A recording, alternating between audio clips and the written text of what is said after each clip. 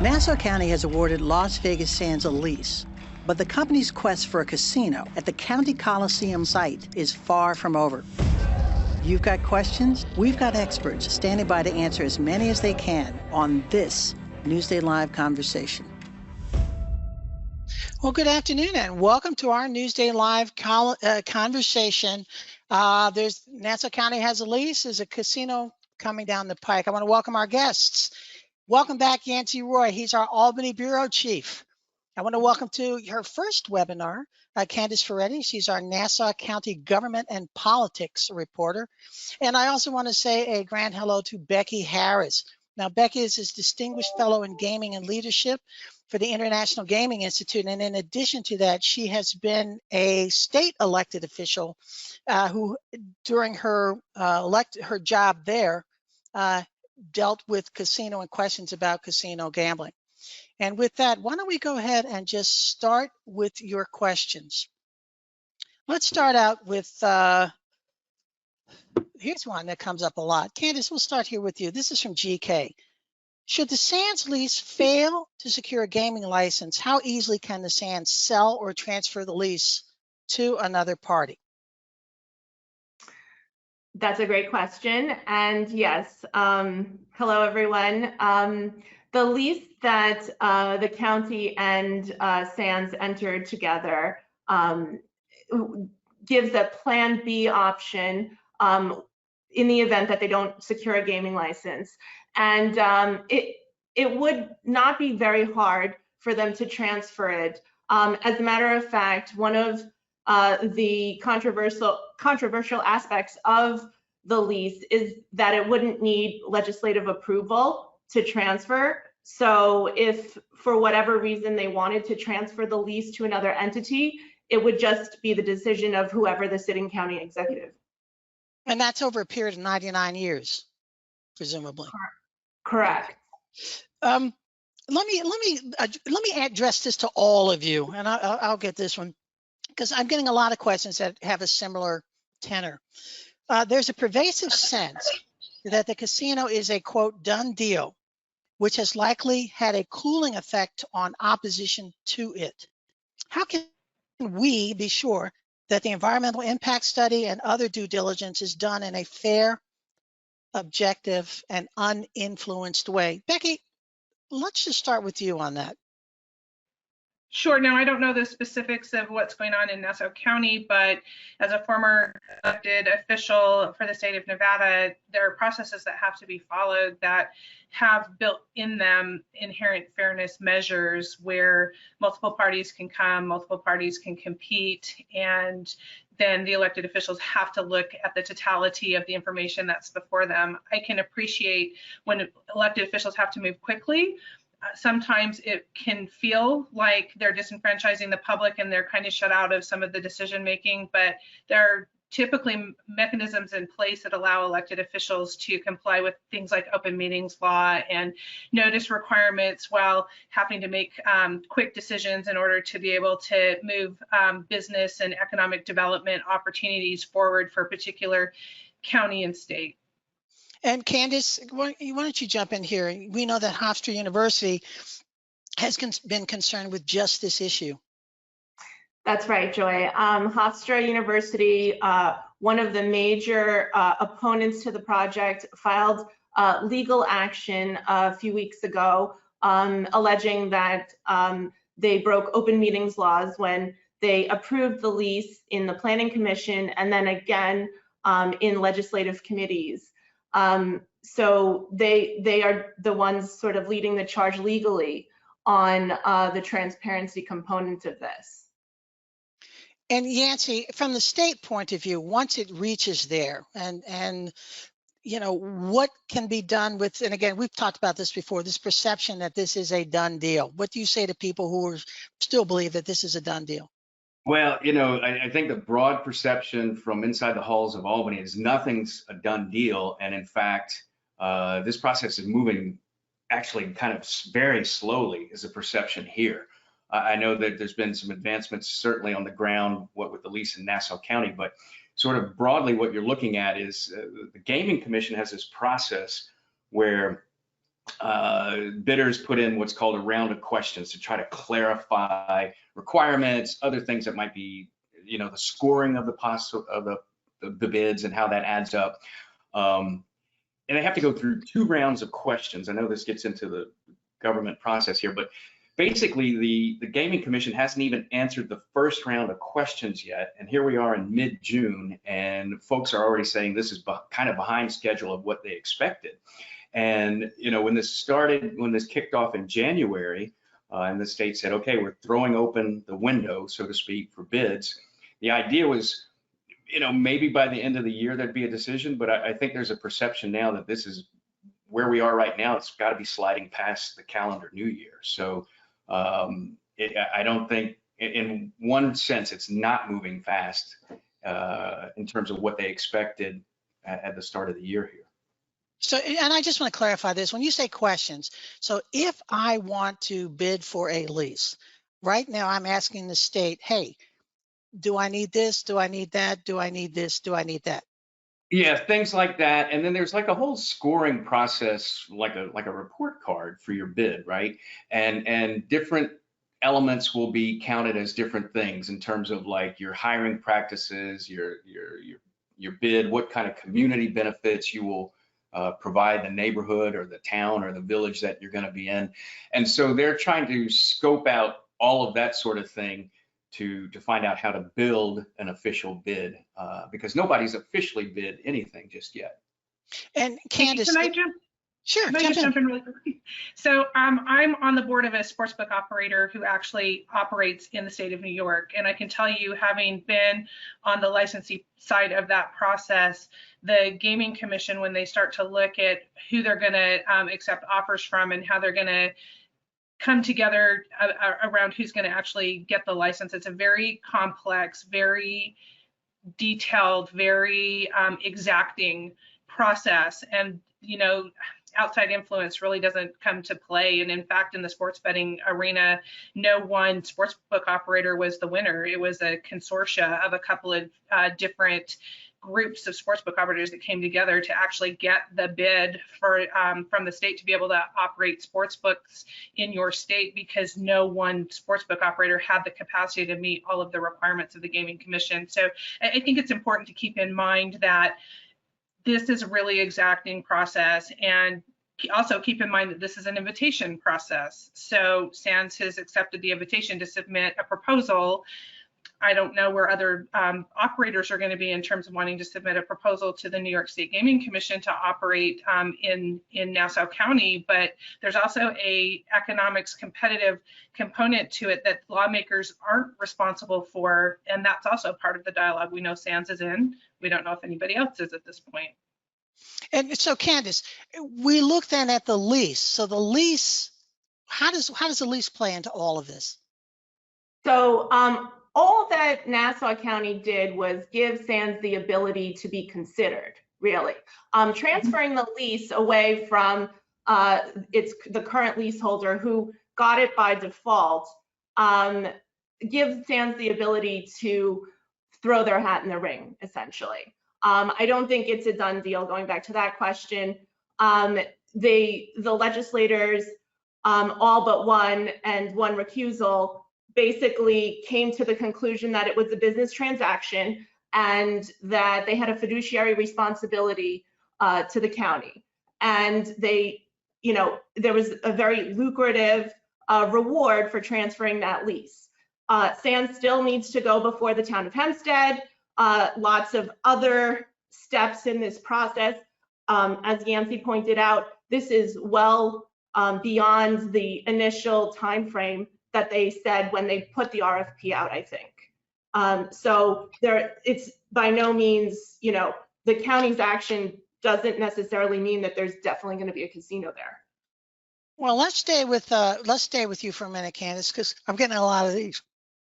Rich is asking, what's the expected number of daily visitors on weekdays and peak weekends?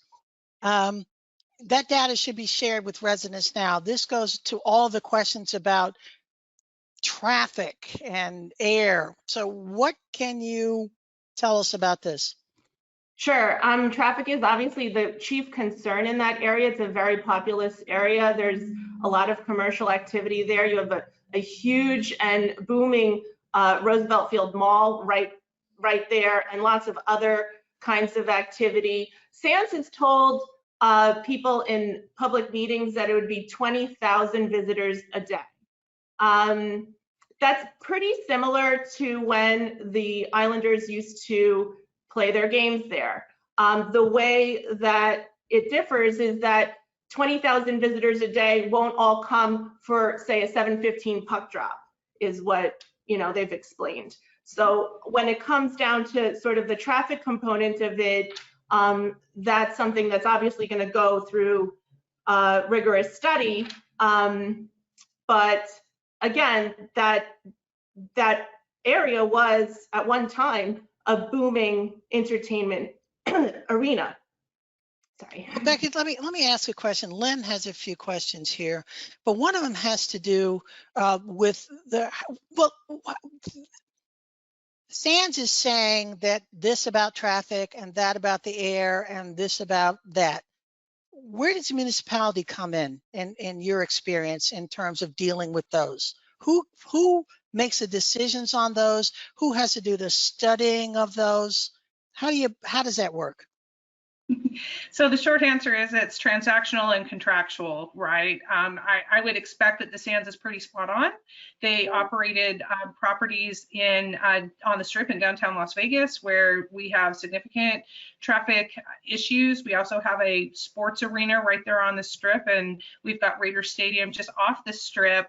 And working with the municipalities and the expertise that they bring, our casino operators have been able to work out traffic challenges in such a way that it's not that we're not affected, but we don't have horrible traffic conditions even pre and after games. The biggest challenge is getting to the venue for a sports game. So with the casino, it's going to be all the time, daily walk-in customers. I don't think you're going to see a substantial increase in the number of people that are accessing a casino at any point during the day. And I think that just will tend to fold into the regular retail that you're already experiencing in that particular area of your county. As somebody who lives in Las Vegas, who actually lives by a neighborhood casino that is probably on par with the size of the casino that's going to go in your neck of the woods, careful relationships with municipalities, looking at how you can mitigate impacts to the neighborhoods become really important. But it's a shared responsibility between government and between the casino licensee, and casino licensees are going to do everything that the government asks them to do. They don't want to be a nuisance. They don't want residents upset. They don't want to have a lot of opposition to their newness to the neighborhood. They want to do good things for the community, and they will provide good things for the community. They're going to provide entertainment opportunities that didn't previously exist. They're going to pay taxes. They're going to employ people.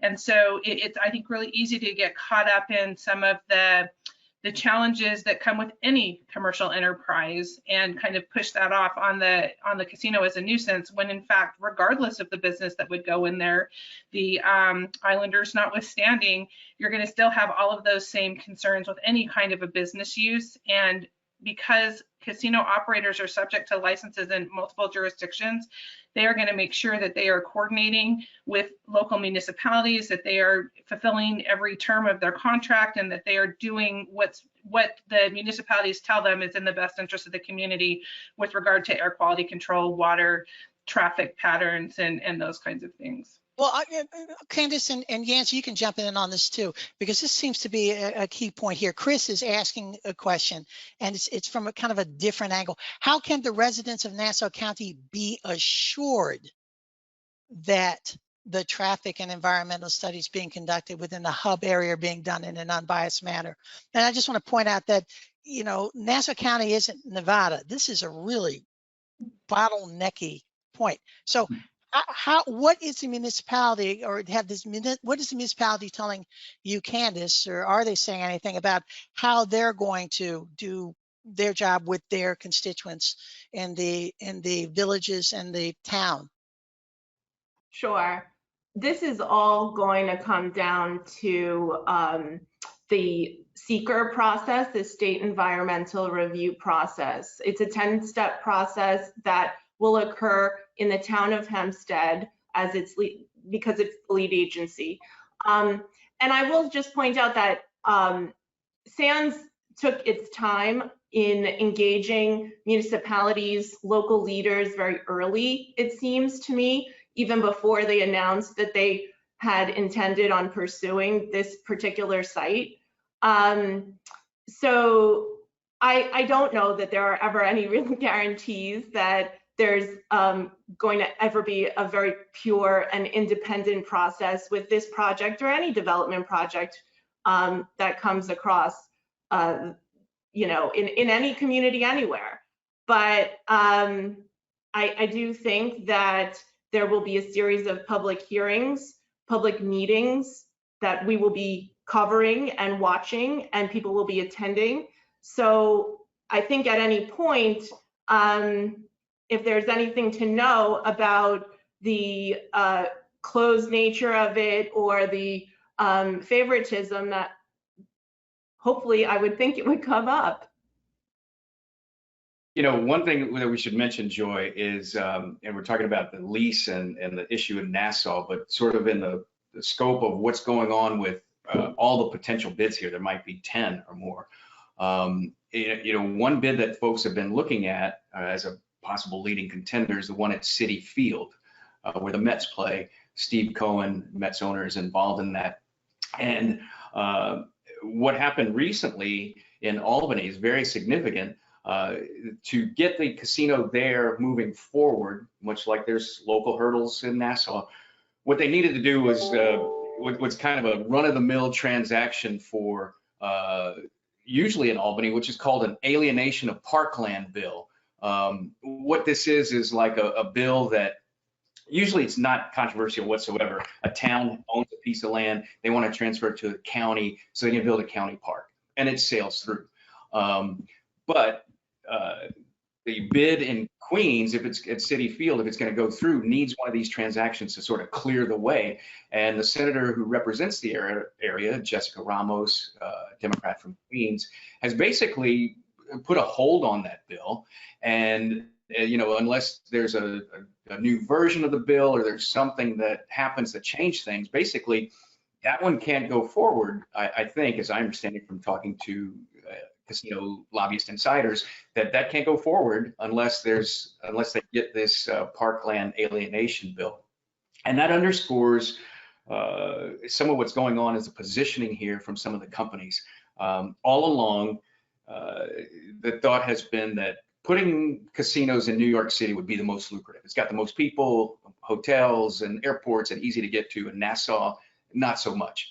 But one of the things that SANS has been betting on, is that they're going to do the reach out to the locals. They're going to clear the way. They're going to get, you know, smooth sailing and backing from locals, whereas everybody else bidding in New York City, or almost everybody else, whether you're in Manhattan or Queens or whatever, is going to run into some sort of local opposition where they don't want it.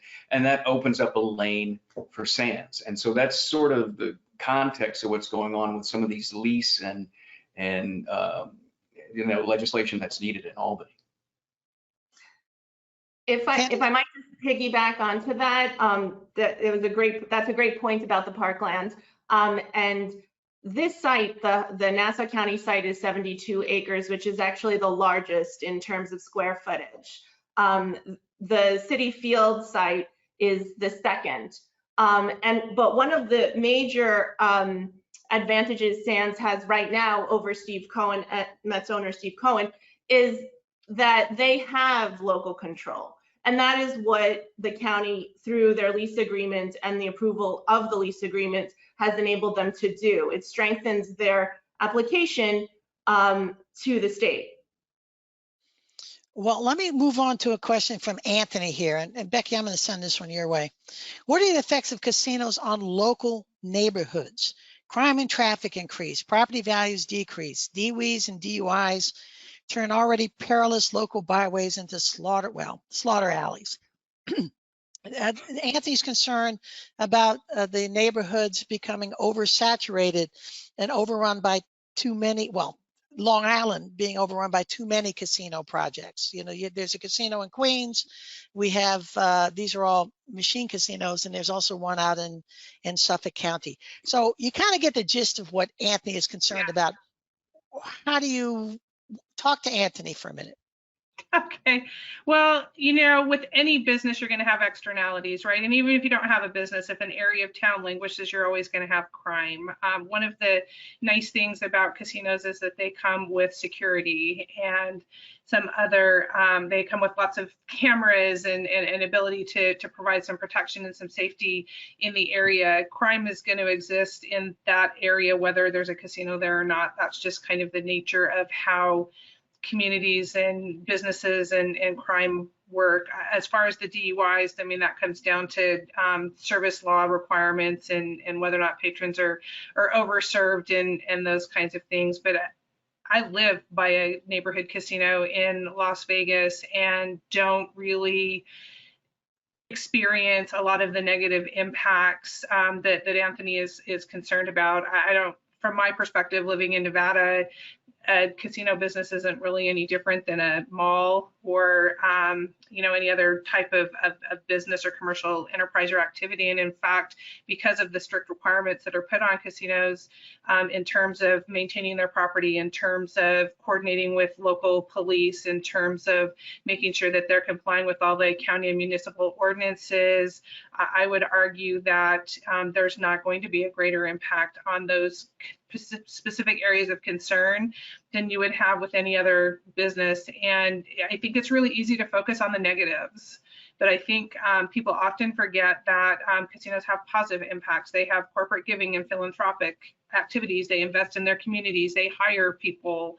They provide livable wages. They provide health insurance. They provide professional development. They usually partner with local businesses to be their vendors and service providers. And so there are a lot of positives that are to be realized with a casino business that you wouldn't see from other types of operations just because of the size of the operation. And so I think it balances out. And I think that's where you have important conversations with your government officials around what you do to mitigate for those challenges and to make sure that casinos don't have an undue impact on their surrounding neighborhoods. And, you know, not every neighborhood in Las Vegas is like the Las Vegas Strip, right? I mean, on my street, I've got Vons, I've got CVS, I've got Taco Bell, and just at the end of the street, I happen to have a casino as we're trying to access the freeway. And I can tell you that in terms of the traffic and all those other things, we're working with the county to make sure that people who live in those neighborhoods can flourish and not have to spend 45 minutes getting from the freeway to their house every night, that they can have the confidence that they're safe in their neighborhoods and that they're not going to be exposed to unnecessary crime. And so I think it's just due diligence in the process and making sure that they're working with the local government affiliates to make sure that those interests for the neighbors are protected. Let me ask you this, and I'll give this to Yancey and to Candace. There are a lot of people who do not want this thing at all, in any way, in any shape, or any form. And Richard is among them, and he feels that the conversation thus far has been very much pro-casino.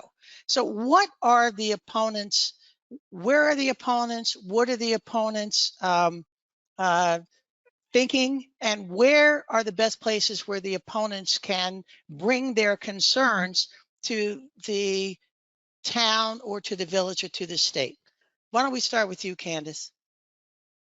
Sure. Well, there is the grassroots group Say No to the Casino.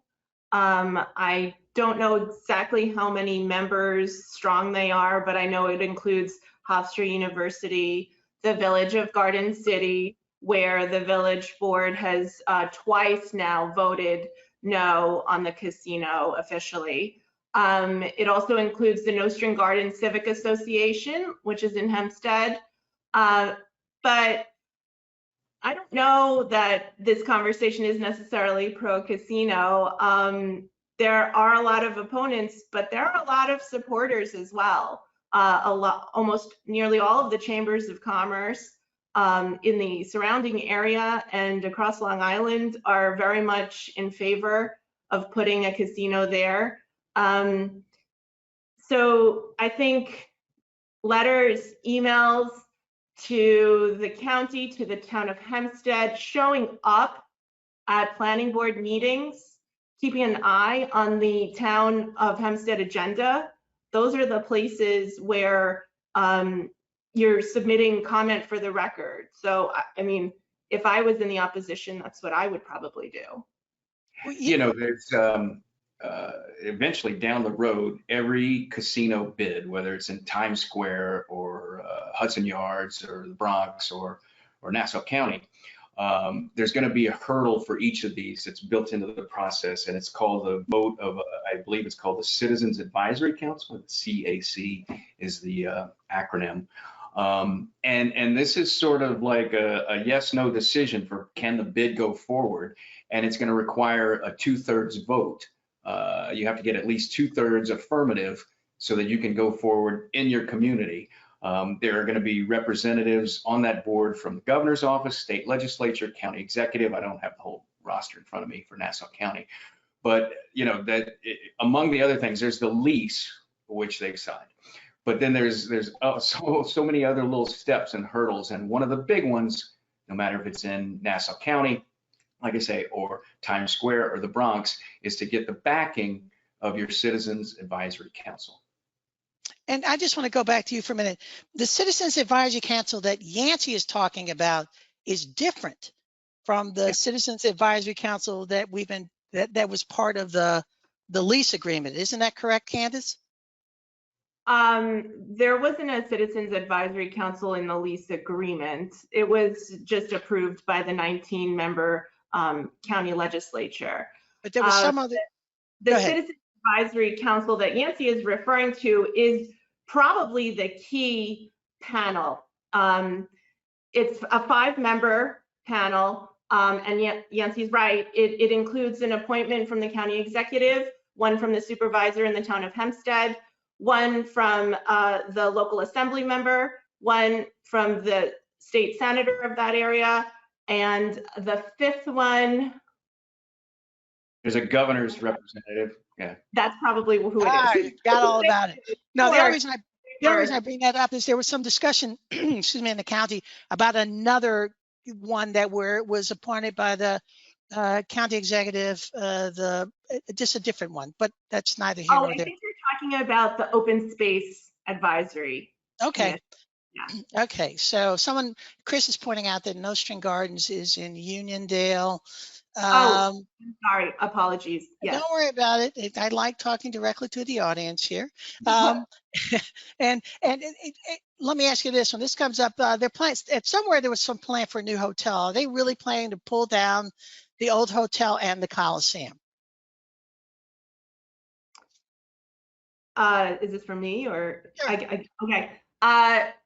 Well, that remains to be seen, right? Because we have not gone through the town of Hempstead's environmental review process, and the scoping of this process hasn't been done. We don't really know every single detail about the development Sands is planning. I mean, they still have to secure a license, right? The plan is completely different with and without a license.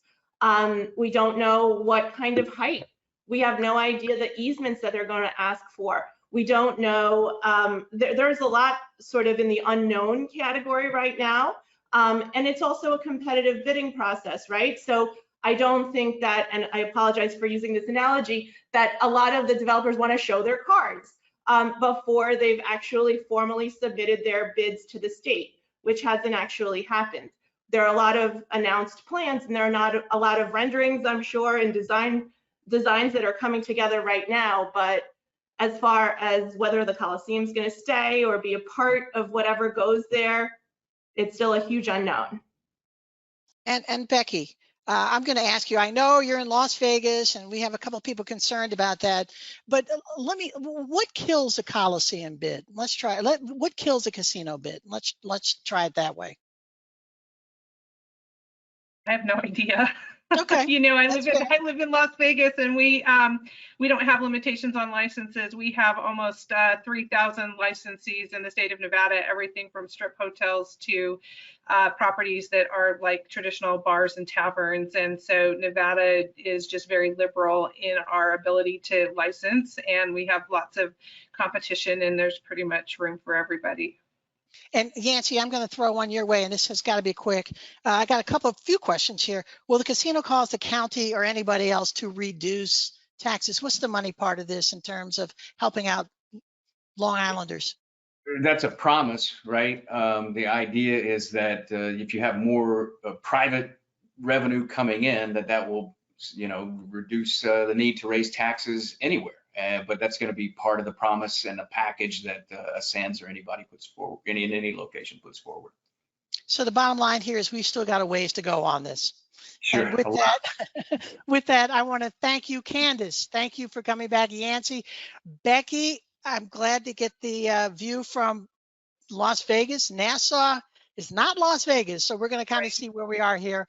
And I also want to thank our audience there because you all keep us on our toes by asking good questions.